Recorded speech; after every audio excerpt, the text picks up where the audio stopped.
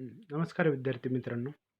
मी Pradeep Kamble sir, Yashodhara junior कॉलेजमध्ये इयत्ता 11वी व 12वी इतिहास व समाजशास्त्र हे विषय शिकवतोय. आज आपण इयत्ता 11वीला इतिहास विषय बद्दलच्या विविध संधी आपण पाहणार आहोत. बघा विद्यार्थ्यांनो, प्रथमतः सर्व विद्यार्थ्यांचे 11वीमध्ये प्रवेश घेतल्याबद्दल, यशोधरा ज्युनियर कॉलेजमध्ये प्रवेश घेतल्याबद्दल त्या सर्व विद्यार्थ्यांचं हार्दिक स्वागत. आणि सर्व विद्यार्थी 11वीमध्ये प्रविष्ट झाल्याबद्दल सर्व विद्यार्थ्यांचं अभिनंदन. बघा विद्यार्थ्यांनो, तुम्ही कला शाखेमध्ये ज्यावेळेस प्रवेश घेतला तर बऱ्याचशा विद्यार्थ्यांना हा प्रश्न पडला असेल की आपण कला शाखेमध्ये प्रवेश घेताना विविध विषय आहेत, त्यामध्ये इतिहास आहे, भूगोल आहे, समाजशास्त्र आहे, अर्थशास्त्र आहे, इंग्रजी आहे, मराठी आहे, असे काही विषय आहेत. त्याबरोबर इतिहास विषय पण आपण तिथं अभ्यास करणार आहोत. मग या विषयामधनं आपल्याला काय माहिती मिळणार आहे आणि कोणत्या प्रकारच्या संधी उपलब्ध होणार आहेत ह्याच्याबद्दलची माहिती आपण पाहणार आहोत. त्यामध्ये आपण इतिहास विषयाबद्दलची माहिती पाहणार आहोत. बघा विद्यार्थ्यांनो, तुम्ही 11वी 12वी आणि फ्युचरमध्ये तुम्ही BA MA केलात तर तुम्हाला इतिहास विषयामध्ये काय होऊ शकतं की तुम्हाला संधी उपलब्ध होऊ शकते. बघा, जे विद्यार्थी अभ्यास करण्याची, ज्या विद्यार्थ्यांना आवड आहे, वाचनाची आवड आहे, विविध पुस्तकांची वाचनाची आवड आहे, त्या विद्यार्थ्यांनी स्पर्धा परीक्षेचा वापर करावा.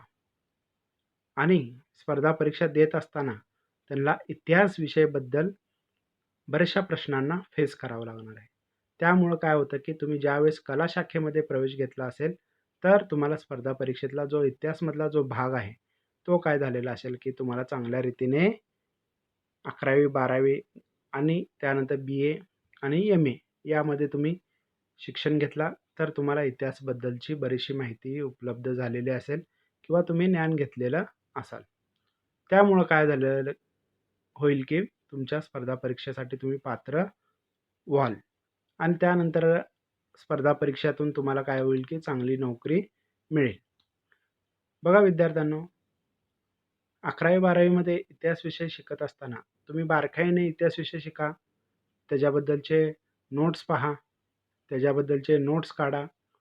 विविध ज्या इसवी सन असतात त्या इसवी सन नीट व्यवस्थित तुम्ही एक स्वतः वही तयार केलात. मग त्यामध्ये प्राचीन आहे, मध्ययुगीन आहे, आधुनिक आहे, अशा इतिहासांचा आपल्याला अभ्यास करायचा आहे. इयत्ता 11वीमध्ये आता आपल्याला प्राचीन काळाचा अभ्यास करायचा आहे. मग प्राचीन काळ कधीपासून सुरुवात झाला आणि मानवाची उत्पत्ती कधीपासून सुरुवात झाली, ह्या सगळ्याबद्दलचा अभ्यास आपल्याला 11वीमध्ये शिकायचा आहे. मग त्याबरोबर विद्यार्थ्यांनी बारकाईने अभ्यास केला इतिहास विषयाबद्दलचा तर त्याला स्पर्धा परीक्षेला जे पुढे भविष्यात तुम्ही ज्या स्पर्धा परीक्षा देणार आहात तर त्याला जे प्रश्न तुम्ही तिथं फेस करचाल किंवा प्रश्न तुम्हाला तिथं पडतील तर त्यावेळेस काय होईल की तुम्हाला या ठिकाणी जे प्रश्न तुम्ही वाचणार आहात ते तुमच्या स्पर्धा परीक्षेला चांगल्या रीतीने तुम्ही फेस करू शकता. म्हणून काय आहे की इतिहास विषय बारकाईने त्याचं वाचन करा. त्याच्याबरोबर समजा ज्या मुली असतील किंवा जे मुलं आहेत ज्यांना शिक्षक व्हायची इच्छा असेल, मग त्या विद्यार्थ्यांसाठी इतिहास विषय हा चांगला आहे. कारण की शालेय जीवनामध्ये इतिहास आहे, कॉलेजमध्ये कला शाखेमध्ये इतिहास शिकवला जातो आणि बऱ्याचशा विभागामध्ये पण इतिहासाची काय असतात की प्राध्यापक आणि शिक्षक लागतात. मग त्यासाठी तुम्हाला काय आहे की तुम्ही 11वी 12वी कला शाखेमध्ये प्रवेश घेतला, ग्रॅज्युएशन्समध्ये लास्ट इयरला तुम्ही इतिहास विषय ठेवला आणि MA पण म्हणजे मास्टर ऑफ आर्ट्समध्ये पण तुम्ही इतिहास विषय तुम्ही घेतलात आणि त्यामध्ये मास्टर की मिळवलेत तर तुम्ही काय होऊ शकता की चांगल्या प्रकारे शिक्षक होऊ शकता. त्याच्याबरोबर तुम्हाला BEd पण करावं लागतं. BEd म्हणजे काय, बॅचलर ऑफ एज्युकेशन. मग ते पण करावं लागतं. ते तुम्ही केलात तर तुम्ही एक शिक्षक होण्यासाठी पात्र होऊ शकता आणि शाळेमध्ये कॉलेजमध्ये इतिहास विषय हा शिकू शकता. हे आपलं इतिहासबद्दल झालेलं आहे. पुन्हा त्यानंतर तुम्हाला पुरातत्व विभाग आहे इतिहासमध्ये. बघा, सरकारने स्वतः स्वतंत्र आपल्याकडे काय आहे, की पुरातत्व विभाग हा निर्माण केलेला आपल्याला पाहायला मिळते. ती एक शाखा आहे आणि त्या शाखेतूनच काय होऊ शकतं, की तुम्हाला पुरातत्व विभागामध्ये इतिहास विषयाचे काय लागतात, की तुम्हाला व्यक्ती लागतात आणि इतिहास विषयाबद्दलचं नॉलेज असणारा व्यक्ती लागतो. आणि आपल्याकडे एक सोलापूर युनिव्हर्सिटीमध्ये गेलात, तर तुम्हाला पुरातत्व शाखा म्हणजे एक स्वतः स्वतंत्र एक शाखा तुम्हाला तिथं उपलब्ध झालेली दिसून येते. त्याला आर्किओलॉजी डिपार्टमेंट पण असं म्हटलं जातं. आलं लक्षात विद्यार्थ्यांनो? म्हणजे अशा प्रकारे काय होऊ शकतं, की तुम्ही विविध पद्धतीनुसार इतिहासमध्ये करिअर करू शकता. मग त्यासाठी काय असतं, की इतिहास बद्दलची तुमची आत्मीयता असणं गरजेचं आहे. म्हणजे त्याचं वाचन असणं गरजेचं आहे. म्हणजे स्पर्धा परीक्षेला बरेचसे प्रश्न हे इतिहासमधले असतीलच. त्याच्याबरोबरच तुम्हाला वाचन असणं गरजेचं आहे. तुम्ही स्वतःहून नोट्स काढणं गरजेचं आहे. तेव्हाच तो विद्यार्थी काय होऊ शकतो, की इतिहासमध्ये चांगलं कार्य करू शकतो. बघा विद्यार्थ्यांनो, 11वी-12वीमध्ये असताना मी तुम्हाला कला शाखेतील विविध संधी पण सांगणार आहे आणि इतिहासबद्दलची पण तुम्हाला माहिती देणार आहे. बघा, कला शाखेमध्ये तुम्ही ज्यावेळेस प्रवेश घेतला, तर बरेचसे तुम्हाला प्रशासकीय जे नोकरदार आहेत, म्हणजे सरकारी नोकरदार जे आहेत, त्या सरकारी नोकरदारमधले बरेचसे व्यक्ती हे कला शाखेमधले असलेले आपल्याला दिसून येतात. म्हणजे असं घाबरून जायची काही कारण नाही, की कला शाखेमध्ये मी प्रवेश घेतलाय आणि मला फ्युचरमध्ये नोकरी मिळते का नाही, हे तुम्ही पाहू नका. बघा, तुम्हाला चांगली नोकरी मिळणार आहे. आणि एक चांगल्या नोकरीमध्ये किंवा आजच्या काळामध्ये जे चांगली सुरक्षित नोकरी म्हणून कुठली पाहिली जाते, सरकारी नोकरी. त्या सरकारी नोकरीसाठी कला शाखेतील बरेचसे विद्यार्थी सरकारी नोकरीदार आहेत आणि ते असण्यामागचं कारण मेन म्हणजे काय आहे, की कला शाखेमध्ये बरेचसे विद्यार्थी का बरं प्रवेश घेतात? कारण की स्पर्धा परीक्षा असेल किंवा इतर ज्या परीक्षा असतील, त्याला कला शाखेतला बराचसा अभ्यासक्रम असतो. मग तो अभ्यासक्रम आपल्याला कला शाखेमध्ये झालेला पाहायला मिळतो आणि त्यामुळं काय होतं, की तुम्हाला स्पर्धा परीक्षेसाठी तुम्ही पात्र होऊ शकता.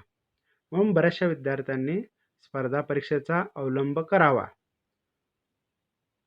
आणि त्यानंतर काय करावं, की स्पर्धा परीक्षेची माहिती 11वी पासूनच तुम्ही चांगल्या रीतीने माहिती मिळवत गेलात. 11वी असेल, 12वी असेल, त्यानंतर बी-एचे 3 वर्ष असतील.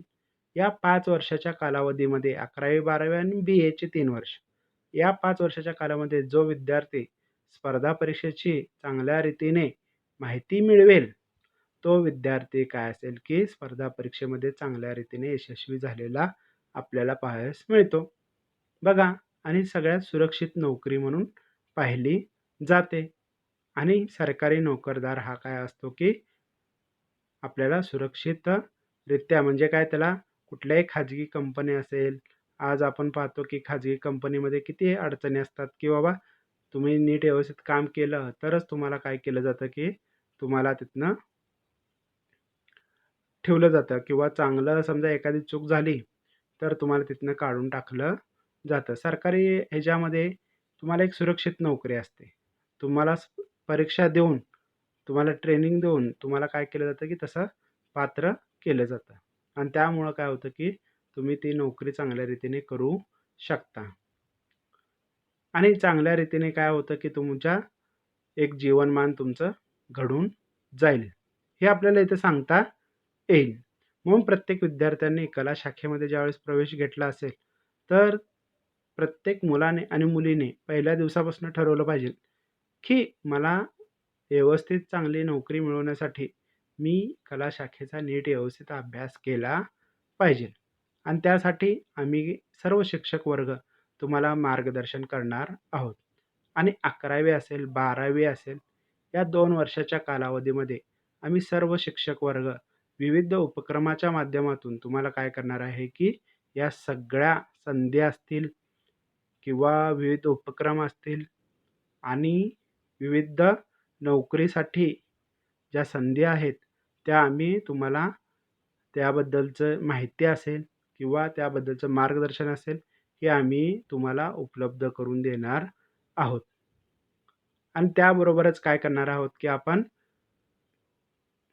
पोलीस भरती असेल, बऱ्याचशा विद्यार्थी पोलीस भरतीची ज्या विद्यार्थ्यांची आवड आहे, त्यांना आपण 11वी-12वी पासूनच काय करणार आहे, की पोलीस भरतीची बरीचशी माहिती उपलब्ध करून देणार आहोत. आणि यातूनच काय होणार आहे, की तुम्हाला पोलीस भरती होण्यासाठी बऱ्याचशा ज्या गोष्टी लागणार आहेत, जे मार्गदर्शन लागणार आहे, ते 11वी पासूनच तुम्हाला मिळत राहणार आहे. त्यामुळं काय होणार आहे, की तुम्हाला कोणत्याही भविष्यकाळामध्ये अडचणी येणार असतील, तर त्याच्याबद्दलचं नॉलेज तुम्ही आधीच घेतलेलं असेल. हे आम्ही सगळे प्राध्यापक वर्ग आम्ही करणार आहोत. काही अडचणी आल्या तर तुम्ही आता आता कोरोनाचा काळ आहे. तुम्ही आम्हाला कॉल करू शकता. कॉल करून तुमच्या अडचणी विचारा किंवा तुम्ही कॉल करून एक कॉलेजची वेळ आहे 10 ते 1 या दरम्यान जे विद्यार्थी अडचणी असतील, वैयक्तिक तुमच्या पालकांची परवानगी घेऊन त्या अडचणी दूर करण्यासाठी आम्ही तुम्हाला काय करेल, की एक विद्यार्थ्यांना आम्ही काय करू, की तुम्हाला मार्गदर्शन करू. तरी पण बऱ्याचशा आपण ज्या अडचणी आहेत, ते ऑनलाईन व्हिडिओच्या माध्यमातून सोडवणार आहोत. आणि तेच ऑनलाईन व्हिडिओच्या माध्यमातून आपण काय करणार आहे, की तुम्हाला मार्गदर्शन करणार आहोत. यातूनच काय आहे, की आपण बऱ्याचशा विद्यार्थ्यांना या 2 वर्षाच्या कालावधीमध्ये तुम्हाला एक चांगलं व्यक्तिमत्त्व घडवण्यासाठी प्रयत्न करणार आहे. आणि पाठाला सुरू करण्यापूर्वी तुम्हाला या संधी माहीत असणं गरजेचं आहे. आणि अशा बऱ्याचशा संधी आहेत, तरी पण या थोड्याफार लेक्चरमध्ये तुम्हाला होणार नाही. त्या संधी तुम्हाला या काय केल्या जाणार आहे, की तुम्हाला वेगवेगळ्या लेक्चरमधनं तुम्हाला सांगितल्या जातील आणि त्या संधींची माहिती तुम्ही नीट व्यवस्थित मिळवा.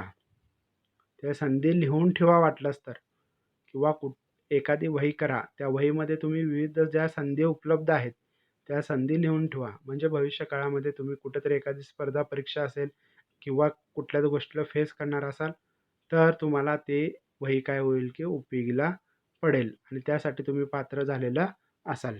आपण जे पाहणार आहोत आता जे धड्याला सुरुवात करणार आहोत, हे आपण पुढच्या तासाला